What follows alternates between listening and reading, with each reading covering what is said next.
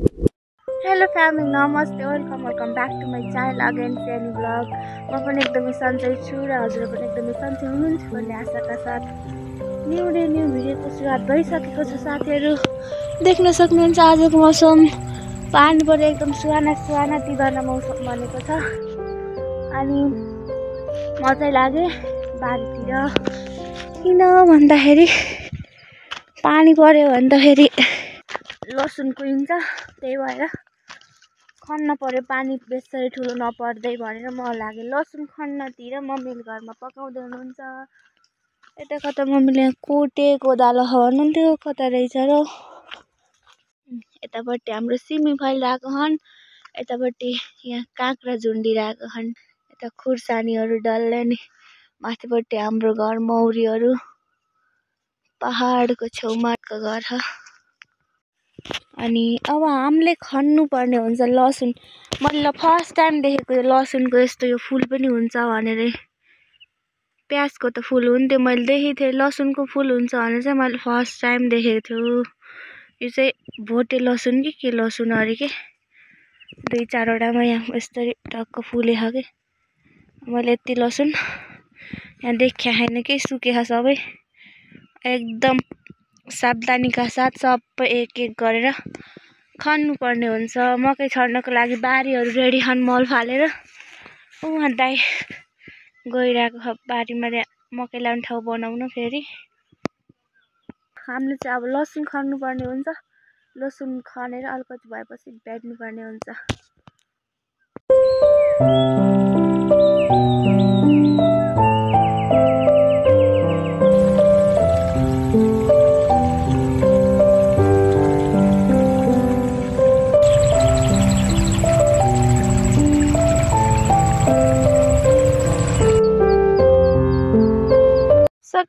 सक्यो फाइनली लसुन गरेर सक्यो। कति आयो भन्दा थोरै आयो। अहिले चाहिँ मेरो हातहरू काम गरेपछि यस्तै होइन मम्मी? काम गर्ने यस्तै किसान भएपछि गर्नु होइन। हाम्रो यो चाहिँ लास्ट हाम्रो एउटा गोडेर हेरौँ यो वालामा कत्रो फलेछ मम्मी। कुन गोडिदिउँ त? एउटा अलि नराम्रो खालको गोडिदिउँ ल। ओए सक्दिनँ त मम्मी, सकिन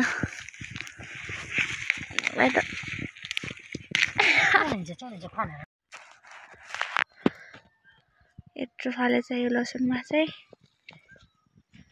यहाँ हाम्रो बान्टा फलेछ अलिअलि। यहाँ लसुन, यता हिडिकबाट तल हाम्रो बारीमा फेरि यत्रो प्याज छ, माथि पनि छ, अहिले देखाउँछु म। यहाँ चाहिँ होला हुँदै रहेछ सिनेम्याटिकै त गाइज।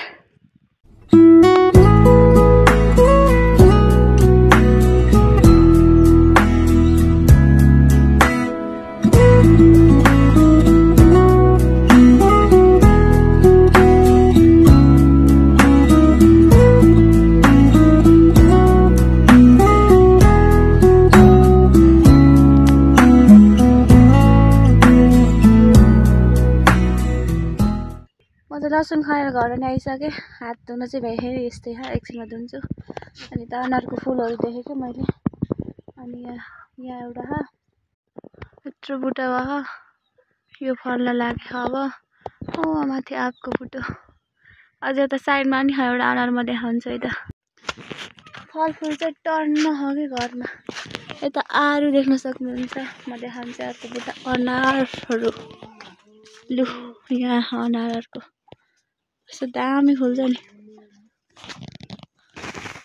यो कत्रो बोको हराम यो फेरि हाम्रो घरको।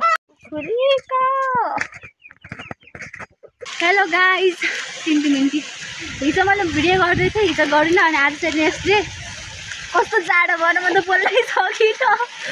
यत्रो बेर पौडी खेल्यो अनि भिडियो पनि केही गरेको थिइनँ। अनि एक्कासी भिडियो गर्नु मन लाग्यो। हाम्रो पारा यति देख्छौ न केही हुनु कि 20 मिनटी हाम्रो यो पौडी खेल्ने ठाउँ टक्क उहाँ धारो बनाएको।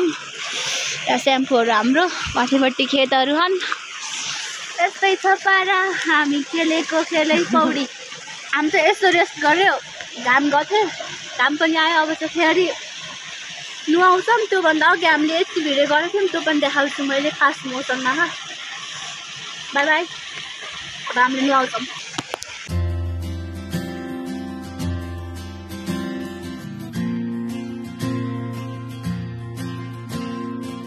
म शब्द भए तिमी अर्थ बनिदेऊ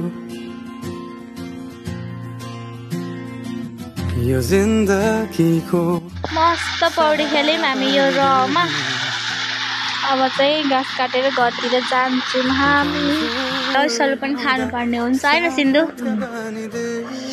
खानु त पर्यो हामी नुहाएर टिर्लिक्क परेर आउँ टक्कै यो हाम्रो यहाँदेखि यहाँसम्म हाम्रो बाँध कस्तो दामी भयो यहाँ पौडी खेल्न पाए त लास्ट ठुलो हुन्छ बगाउँछ हरियो भयो अहिले त पुरै कता यता के आएको अघि सर्ने जस्तो हाम्रो बाँधै यो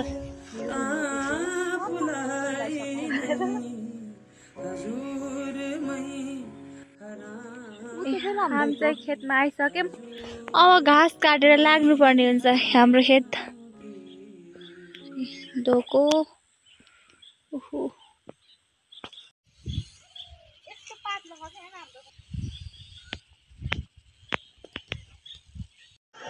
गुड मर्निङ साथीहरू आज चाहिँ नेक्स्ट डे के भएको मेरो भ्लग त 3 दिनको मिक्स भइसक्यो न भिडियो गर्नै पाइन के साह्रो बिजी भएको आमामा अन्त काम गऱ्यो फेरि भिडियो गर्नै नभ्याए नि अनि फेरि भिडियो गरेर काम गर्न नभ्याए नि त्यही भएर न अनि फेरि आज हामी घाँस काट्न जान थालिसकेछौँ आज चाहिँ बिहानैदेखि घाम चर्के अहिले 8 बजे हो त्यही पनि अब घाँस काटेर फेरि दिउँसोतिर गाउँ झाँट्ने भन्ने कुरा हो त्यही भएर अब हामी घाँस काट्न जाँदैछौँ यताउति हाम्रो कागतीहरू फैलिरहेको हाम्रा बाबाले मिल चलाउँदै हुनुहुन्छ हाम्रो घरमा मिल पनि छ के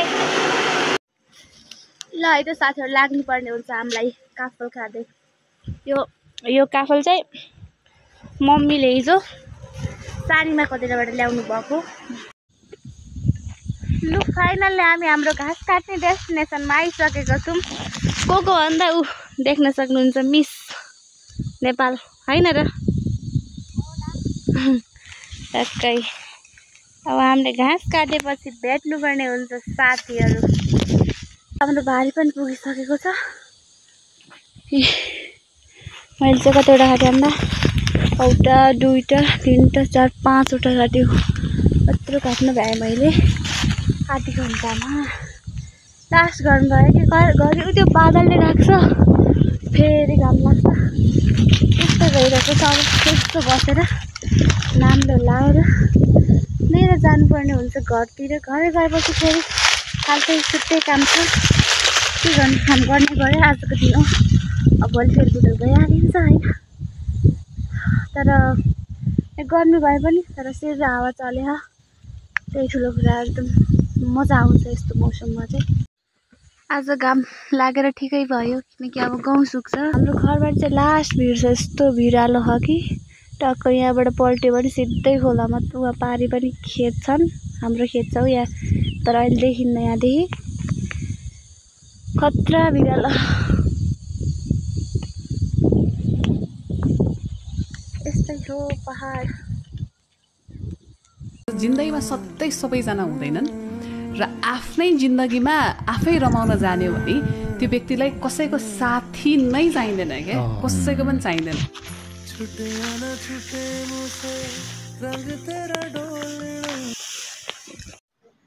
हामी अहिले घर पनि आइसक्यौँ आएर हात खुट्टा धोएर टक्कै मुही खान थालेँ